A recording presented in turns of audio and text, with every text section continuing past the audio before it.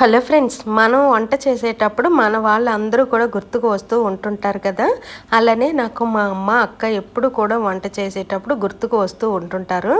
ఎందుకంటే ఆ రోజుల్లో అమ్మ అక్క నాకు ఇద్దరు పెద్దవాళ్ళే కాబట్టి నేను కిచెన్లోకి అయితే అసలు వెళ్ళేదాన్ని కాదు.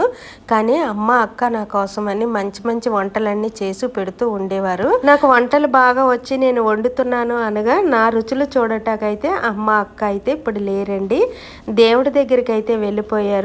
అయితే ఆ జ్ఞాపకాలు మన మనసులోని ఎప్పుడు కూడా ఇలానే ఉంటుంటాయి కదా. ఆ రోజుల్లో నేను నాన్ వెజ్ తినాలంటే చాలా చిరాకు పడిపోయేదాన్ని. కానీ నేను వాళ్ళకి వండి పెట్టాలి అంటే నాకు ఈ జన్మలో అయితే రుణం లేదండి. మరు జన్మ అయినా ఉంటే సరే అక్కకి అమ్మకి కూడా నేను రుణం తీర్చుకోవాలని అనుకుంటున్నాను.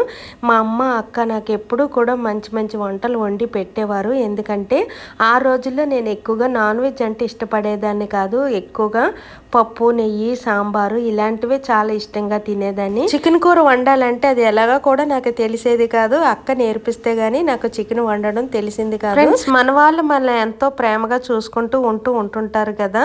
కానీ వాళ్ళకి మనం చెయ్యవలసిన టైంలోనే వాళ్ళ రుణాలు అయితే తీర్చేసుకోవాలి ఫ్రెండ్స్. తర్వాత ఏదో చేద్దాము అనుకున్నా సరే మనకి అవకాశం ఉండకపోవచ్చు. ఆడపిల్లలకి పుట్టింటి మీద మమకారం ఎప్పటికీ చెరిగిపోదు కదా.